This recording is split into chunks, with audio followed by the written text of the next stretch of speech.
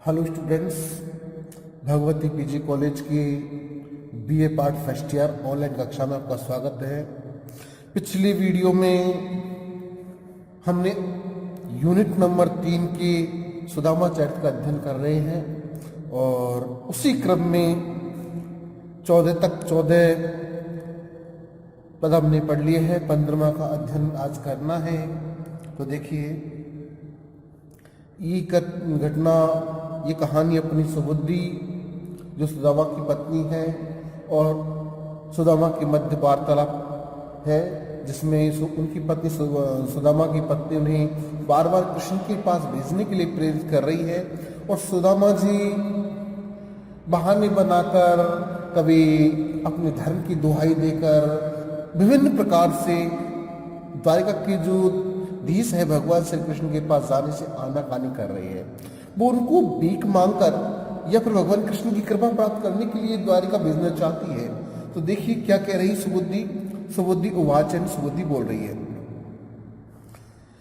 कि पूर्ण पैज करी प्रहलाद की खम्म सबांध पिता जहि बेरे, द्रौपदी ध्यान धरो जबहि तबहि पटकोट लगे चहु फेरे, ग्राह से छूट गयंत गयो पिय है, हरि को नीचे जे में मेरे, ऐसे दरिद्र हजार हरे बे, कृपा निधि लोचन कोर के हेरे।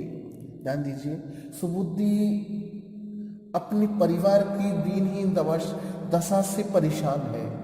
वो ये कहती है कि हमें धन दौलत नहीं चाहिए, हमें पकवान नहीं चाहिए, लेकिन इतना तो हो कि भरपेट भोजन मिल जाए। हमें रत्न जड़ित आभूषण नहीं चाहिए, पर इतनी तो हो कि तन ढकने के लिए पर्याप्त वस्त्र तो हो। तो देखिए, तो सुबुद्धि अपने पति सुदामा को समझाती कह रही है कि भगवान कृष्ण के पास जाने में कोई एतराज नहीं है, क्योंकि जब भी जो व्यक्ति भी दुखी हो, दीन हो, कैसी भी दशा में भगवान कृष्ण के पास या भगवान के पास गया है, तो भगवान ने हर प्रकार से उनकी मदद की है। वो यहाँ उदाहरण दे रही है कि पूर्ण पेश करी प्रहलाद की खम्स बांध पिता जी मेरे। घटना उस समय की है कि हिरण्यकश्यप ने अपने बेटे प्रहलाद को मारने के लिए एक लोहा खम्मा गर्म कर लिया और उस खम्मे से बांधकर अपने बेटे को मारना चाहता था। कारण था कि बेटा उसके पिता की सत्ता को ठुकरा रहा था, पिता की सत्ता पर प्रश्न चिन्ह लगा रहा था कि पिता सम्राट नहीं है, भगवान नहीं है, वो राजा है केवल, लेकिन परम पिता नहीं है, परमेश्वर नहीं है। और जब हिरण्यकश्यप ने उससे पूछा कि भगवान कहाँ नजर आ रहा है, तो प्रहलाद ने कहा कि मुझे इस खम्भे में भगवान नजर आ रही है। तो उस खम्भे को तोड़ने के लिए जैसे जाता है तो भगवान श्री हरि विष्णु उस खम्भे से प्रकट होकर प्रहलाद की बयान को, प्रहलाद की कथन को, वचन को सत्य साबित कर देते हैं। तो देखिए कि पूर्ण पैज करी प्रहलाद की जो प्रतिज्ञा थी, बात थी, वचन था, उस प्रहलाद की पूरी कर दी। कब कर दी? खम्स बांधो पिताजी मेरे। जिस बार में उसके पिता उसको खम्भे से बांध रहे थे, खम्भे से बांधकर मारना चाहते थे कि कहाँ है तेरा भगवान, कहाँ है तेरा विष्णु, तो उस समय उस खम्भे से प्रकट होकर भगवान ने अपने भक्त प्रहलाद की बात की मर्यादा रख दी। दूसरा उदाहरण उन्होंने दिया है द्रौपदी का कि द्रौपदी ध्यान धरो जबहि तबहि पटकोट लगे चहु पेरे। ये उस समय की घटना है जब कौरव सभा में धृत क्रीड़ा जुए की खेल चल रहा था। युधिष्ठिर अपने भाइयों को, अपने साम्राज्य को धन दौलत, ऐश्वर्य, सुख सुविधा, यहां तक कि अपने भाइयों को हारने के बाद अपनी पत्नी को भी जुए में के दाव में हार चुके थे। चूंकि दुर्योधन द्रौपदी को अपमानित करना चाहता था, निवस्त्र करना चाहता था, इसलिए उसने दुशासन को आदेश दिया कि इसके चीर वस्त्रों का हरण किया जाए। जब द्रौपदी को और कोई आश्रय नहीं दिखा, कौरव महासभा में उसके पति असहाय दासत्व के रूप में बंदी थे, पिता भीष्म अपने प्रण के बंधन में बंदी थे और धृतराष्ट्र अंधा होकर बैठा हुआ था, तो उसके पास एक सहारा भगवान कृष्ण का था। जैसे ही द्रौपदी ने भगवान कृष्ण को याद किया, दुशासन खींच खींच कर वस्त्रों को थक गया, उसकी साड़ी को खींच खींच के थक गया, लेकिन उसके वस्त्रों का अंत नहीं हुआ। तो देखिए कि द्रौपदी ध्यान धरो जबहि तबहि पटकोट लगे चौपे। जैसे ही द्रौपदी ने ध्यान धरा, द्रौपदी ध्यान धरो जबहि, कि जब जैसे ही द्रौपदी ने ध्यान धरा तब वही उसी समय पटकोट लगे, पट यानी वस्त्रों की, कोट यानी दीवार, लगे चौफेरे, चारों दीवार लग गई, यानी बहुत ढेर लग गया। एक साड़ी 4-5 मीटर की होती है, वो कितनी लंबी हो, लेकिन दुर्योधन जैसी योद्धा और उसका छोटा भाई दुशासन, वो भी थक कर बेहोश होकर गिर गया, लेकिन वो वस्त्र का अंत नहीं हुआ। ग्राहते छूट गयंत गयो पिय है हरि के नीचे जे मेरे। और जो ग्रह एक घटना ये उस समय की मदमस्त हाथी था, वो अपने आप में बलशाली था, लेकिन पानी में वो पानी पीने के लिए जाता, तालाब में पानी पीने के लिए जाता है। उस समय एक मगरमच्छ उसकी टांग को पकड़कर खींच ले जाता है। वो हाथी धरती पे कितना ही ताकतवर है, लेकिन मगर पानी में सबसे ज्यादा ताकतवर है, और पानी में वो हाथी को खींच ले जाता है। तो वो हाथी को जो खींच के ले जा रहा था, तो हाथी ने अपनी ताकत लगाई, लेकिन जब नहीं पार पड़ी तो उसने अपनी सूंड से भगवान कृष्ण को पुकारा। भगवान कृष्ण उस समय भोजन कर रहे थे, तो भगवान कृष्ण ने अपने भोजन को छोड़कर नंगे पांव आकर उस ग्रह से, उस मगरमच्छ से उस हाथी की रक्षा की। तो वो घटना का वर्णन कर रही है। ग्रह ते छूट गयंद गयो पिए है, उस ग्रह से, उस मगरमच्छ से गयंद यानी हाथी उसी समय छूट गया, हरि को नीचे जी मेरे। ऐसे हरि भगवान कृष्ण को निश्चय पूर्वक, मेरा ऐसे हरि पर मेरा निश्चय है, दृढ़ विश्वास है कि आप जैसे उनको पुकारोगे आपकी मदद अवश्य करेंगे। ऐसे ही दरिद्र हजार हरे वे कृपा निधि लोचन कोर घेरे। कि ऐसे जैसे उदाहरण दिए हैं, पहला द्रौपदी, गयंद, तुम जैसे ऐसे हजार जो दरिद्र है, ऐसे दरिद्रों को भगवान श्री कृष्ण अपनी लोचन की कोर से, एक इशारा मात्र से, इंगित मात्र से उनकी गरीबी का हरण कर लेंगे, अर्थात उनकी जो पीड़ा है, कष्ट है, उनको वो दूर कर देंगे। सरल है, इसमें कोई ज्यादा दिक्कत नहीं है।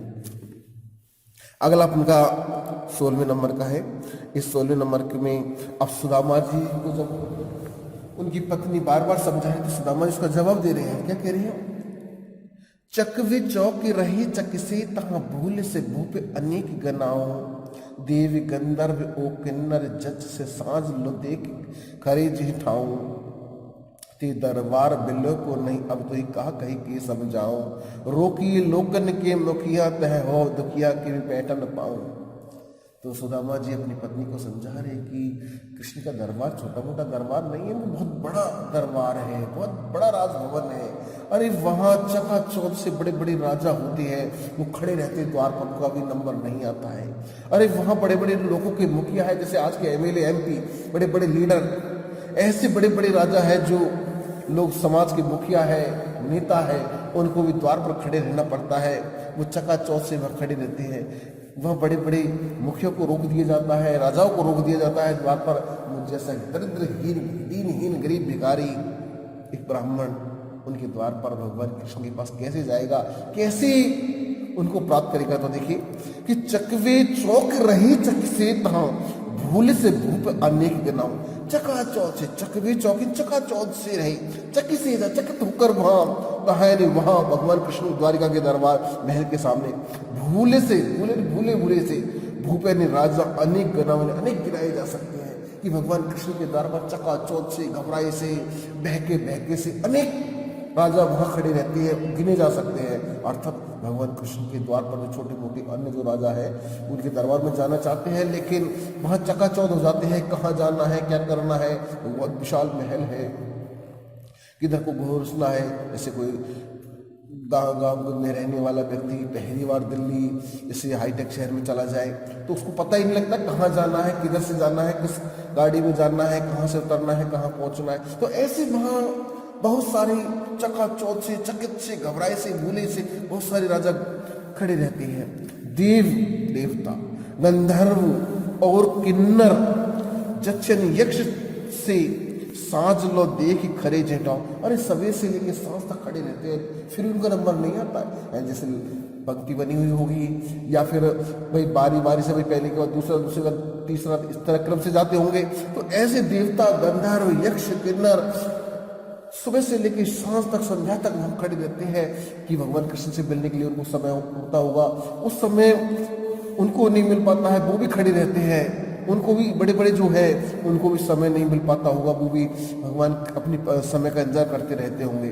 ते दरबार बिलो को नहीं, सुभद्रामा जी अपनी पत्नी से कह रही तुमने दरबार यानी भगवान कृष्ण का दरबार बिलो को देखा नहीं है, नहीं है। अब तो ये कहा कही के समझाओ, अभी तुम मुझे क्या कह के समझाऊं मैं, तुम्हें क्या कहकर समझाएगा कि तुमने दरबार देखा नहीं है।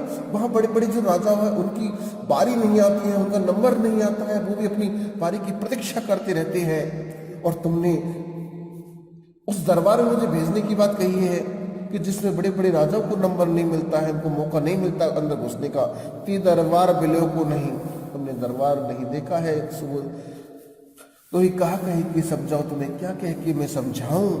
और रोकिए लोकन के मुखियात है, हो दुखिया कि मैं बैठन पाऊं। अरे वहां जो लोगों के मुखिया है, बड़े बड़े जो अन्य जो राजा है, छोटे मोटे राजा है, उन राजाओं को भी उस दरबार में जाने से पहले द्वारपाल रोक देते हैं कि लोकन के, रोकिए लोकन के मुखिया, जो लोगों के मुखिया है, राजा है, मुखिया है अपने जगह जगह के, उनको भी उनके दरबार में जाने से रोक दिया जाता है।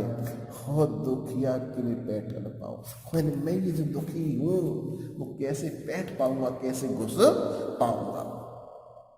एक बार उसका पूरा अर्थ से देखते हैं कि चकाचौंध से अनेक राजा वहां पर खड़े रहते हैं। देवता, गंधर्व, यक्ष, किन्नर सुबह से लेकर शाम तक वहां खड़े रहते हैं, वहां पर खड़े हुए दिख जाते हैं। तुमने हे सुबुद्धि, तुमने वो दरबार देखा नहीं, तुम्हें क्या कह के समझाओ कि वहां पर जो लोगों के मुखिया है, राजा है, उनको भी रोक दिया जाता है। मुझ जैसा दुखी व्यक्ति कैसे वहां पर बैठ पाएगा, घुस पाएगा, अर्थात मैं घुस नहीं सकता। अगला इसमें सुबुद्धि फिर उन्हें पुनः समझा रही है और कह रही है कि भूल से भूप अनेक खरे रहो, ठाड़े रहो कि में चकवे भारी। देव गंधर्व किन्नर जिस रोके तेज लोकन के अधिकारी। अंतर जामी बे आप ही जानिए, मानो यही सिख ले हमारी। द्वारिका के नाथ के द्वार गई, सबसे पहले सुध ले तुम्हारी। तो सुबुद्धि पुनः सुदामा को समझा रही है और पुनः प्रेरित कर रही है कि भूले से भूप अनेक खड़े रहो। अरे भूले हुए भूप से, चकाचौंध से, घबराए से, भूला भूल चूक से खड़े राजे, बहुत सारे राजा खड़े रहे बड़े से। और भूले से भूप अनेक खड़े रहो, ठाड़े रहो तेमें चकवे बार। चकाचौंध होके भूले, भ्रमित से, पागल से, बहके से बहुत सारे राजा खड़े रहो भले से। देव गंधर्व, देवता, गंधर्व, किन्नर, यक्ष से रोके जी लोकन के अधिकार। देवता, गंधर्व, यक्ष, किन्नर जो लोगों के अधिकारी है, बड़े बड़े अधिकारी है अपने अपने क्षेत्र के, उनको भी भले से रोक दिया जाए। ध्यान दीजिए, सुबुद्धि समझा रही है कि कितने ही राजा भले से द्वार पर चकाचौंध से, घबराए से, बहके से, पागल से खड़े रहते हैं। लोगों के जो मुखिया है, देवता है, गंधर्व है, यक्ष है, किन्नर, उनको भी रोक दिया हो जाता हो भले से। लेकिन अंतर्जामी भी आप ही जानिए। लेकिन भगवान कृष्ण कैसे है? अंतर्यामी है। अंतर्यामी किसको कहते हैं? जो दूसरों के मन की भावना को जानता है, हृदय की बात को जानता है, मन की बात को जानता है। तो अंतर्जामी बे आप ही जानिए, वे अंतर्यामी है, वो आप ही जान जाएंगे। मानो यही सीख ले हमारी, मानिए हमारी ये शिक्षा लीजिए, हमारी ये शिक्षा लीजिए कि वो अंतर्यामी है, सब कुछ जान जाएंगे। और द्वारिका के नाथ के द्वार गए। और अगर आप द्वारिका के नाथ यानी भगवान कृष्ण के द्वार पे अगर चले जाओगे तो सबसे पहले सुध ले तुम्हारी। अरे कितने खड़े रहेंगे भले से, लेकिन तुम्हारा तो वीआईपी कैटेगरी में नंबर लिया जाएगा। तो यानी सबसे पहले सुध ले तुम्हारी, सबसे पहले तुम्हारी सुध लेंगे, यानी सबसे पहले तुमको बुला लिया जाएगा।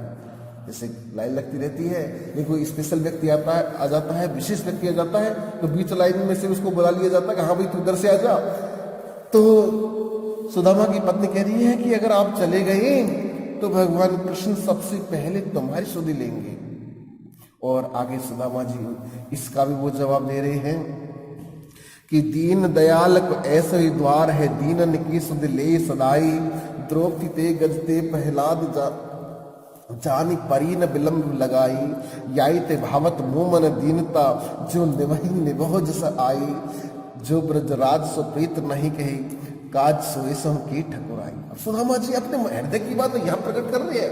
वो जानते हैं कि सुदामा यानी मैं अगर भगवान कृष्ण के द्वार पे अगर चला गया तो सबसे पहले मेरी सुधि लेंगे, मुझे संभालेंगे, लेकिन क्यों नहीं जाना चाहते? वो कहते हैं कि मुझे इसीलिए तो गरीबी अच्छी लगती है।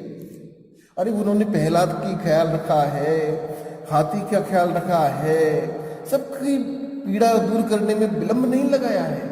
वो गरीब की मदद करने वाले हैं, वे दीन दयाल है। इसीलिए तो सुदामा जी कह रहे हैं कि मुझे गरीबी दरिद्रता भाती है, क्योंकि वो भगवान कृष्ण है, गरीबी की मदद करने वाले हैं, और गरीबी मुझे अच्छी लगती है। भगवान को गरीब अच्छी लगती है, वो दरिद्र नारायण है। अरे जो भगवान से प्रेम नहीं करता है या जिसको भगवान कृष्ण से प्रेम नहीं है, तो ऐसे व्यक्ति की जो भले से इंद्र की जो शासन है वो भी बेकार है। अगर ऐसे व्यक्ति जिसको भगवान से प्रेम नहीं है और इंद्र की पदवी मिल जाए, इंद्र का राज्य मिल जाए, तो वो राज्य भी बेकार है। तो देखिए कि दीन दयाल को ऐसे ही द्वार है, दीनन की सुध लेत सहाय। तो देखिए परसुद्दीन ने उनकी पत्नी ने कहा है कि दीनदयाल भगवान श्री कृष्ण का जो द्वार है वो सबसे पहले गरीबों की सुध लेते हैं, मजबूरों की सुध लेते हैं। तो सुदामा जी उसका समर्थन कर रहे हैं कि दीनदयाल है, भगवान कृष्ण जो दीनदयाल है उनका द्वार ऐसा ही है, अर्थात वो गरीबों की मदद करने वाले हैं। दीनन की सुध लेत सदाई, वो सदा दीनों की सुध लेते हैं, सदा दीनों की सुध लेती है। द्रौपदी हो, गजनी वो हाथी हो, प्रहलाद ते जानी परी ने विलंब लगाई।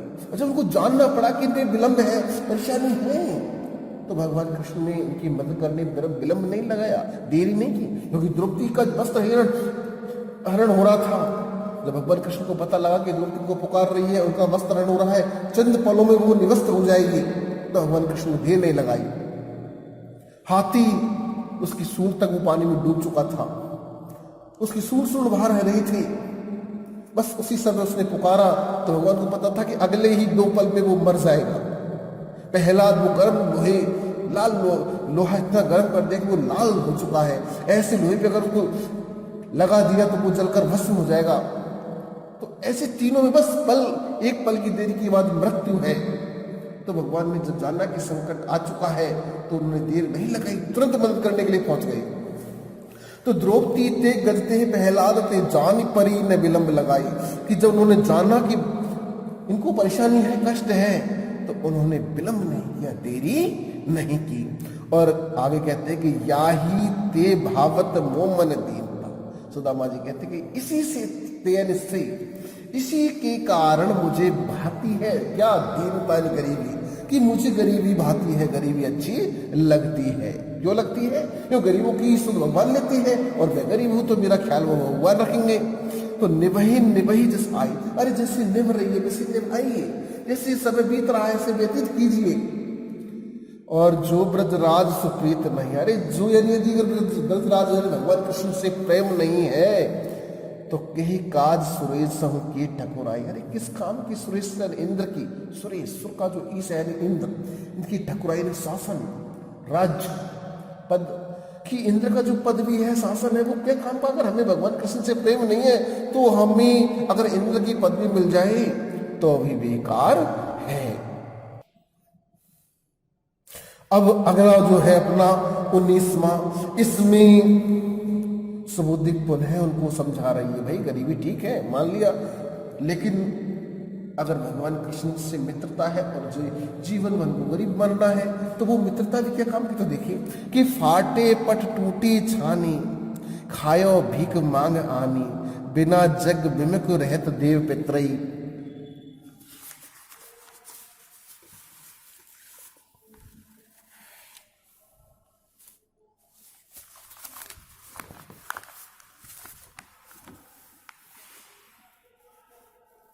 और आगे, वे है दीन बंधु दुखी देख के दयालु है देहे कछु भलो सो जागनत अगत्रई।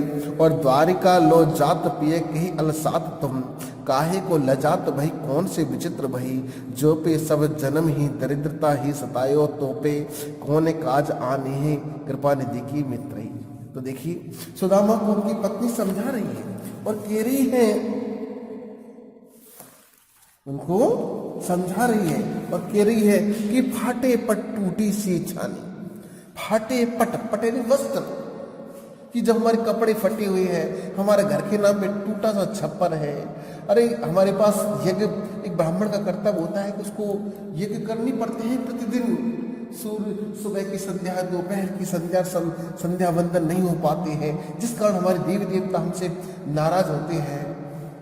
अरे कभी हमने भरपेट खाना नहीं खाया, अरे और कुछ नहीं कहते, जाकर जाइए भगवान के पास, को आगे से जो दे दे उसको ही प्रेम पूर्वक स्वीकार कर लेंगे। और यदि भगवान कृष्ण के पास हम जैसे मित्र हैं आपके और फिर भी जन्म भर गरीबी से मर रहे हैं, तो क्या मित्रता, क्या काम की मित्रता। तो देखिए कि उनकी पत्नी सुदामा कह रही है कि फाटे पट टूटी सी छानी, कि वस्त्र हमारी फटी हुई है और टूटी छानी है। छप्पर है, जो घर के नाम पे छप्पर है, वो भी टूटा हुआ है। खायो भीख मांगे आनी, और भीख मांग कर खाते हैं। कपड़े फटे हैं, टूटा छप्पर है, भीख मांग के खाते हैं। और जग बिना जग विमुख रहते देव पितरई, देवता और पितरई जो सब बिना यज्ञों के, क्योंकि सबको बलि चाहिए, सबको भेंट पूजा चाहिए, वो हमको नहीं उनको हम दे नहीं पाते हैं, इसलिए वो भी हमसे नाराज रहते हैं। वो भी हमसे नाराज रहते हैं। और वे है दीन बंधु, भगवान कृष्ण कैसे है, वे है दीन बंधु दिखी देख के दयाल हुए है, देह कछु भलो सो हो जान अगतई। कि वे भगवान कृष्ण दीन बंधु है। अब कुछ हम आपकी को गरीबी को देखकर आपको जाते ही आगे से ही अगतई, मतलब आगे से जो कुछ दे दे वो ले लेना, आपको मांगना नहीं है। और द्वारिका लो जात पिए के तो अलसात, हे प्रिय तुम द्वारिका जाइए, क्यों अलसाइए, आलस अलसाते ना, आलस क्यों करते हो। और काहे को लजात भई कौन सी विचित्र, अरे इसमें लज्जा करने वाली बात है, कौन से विचित्र है, क्योंकि आज भी तो आप भिक्षा मांग के खा रहे हो और भगवान कृष्ण के द्वार पर भिक्षा मांगोगी तो बात तो एक ही है। चाहे इस द्वार से भीख मांगो, चाहे उस द्वार से भीख मांगो, बात तो एक ही है, भिक्षा तो जब भी मांग रहे हो। और जो पे सब जन्म दरिद्र ही सतायो, तो पे कौन काज आनी है कृपा निधि की मित्र। जिसको जन्म भर जीवन भर दरिद्रता से सताया गया है, गरीबी ने सताया है, तो उस व्यक्ति के लिए अगर कृष्ण की मित्रता का उसने सदुपयोग नहीं किया तो वो मित्रता क्या काम की। इसलिए ही स्वामी अब भगवान कृष्ण के पास जाइए और उनसे जो कृपा है मिले वो सहज भाव से स्वीकार करके लाइए। तो देखिए आज हमारे 19वां पद हमने पढ़ लिया है, अब इसके आगे अगले वीडियो पढ़ेंगे। तो देखिए इसमें बताइए, समझिए, नहीं आता है तो मुझे कमेंट करके बताइए। धन्यवाद।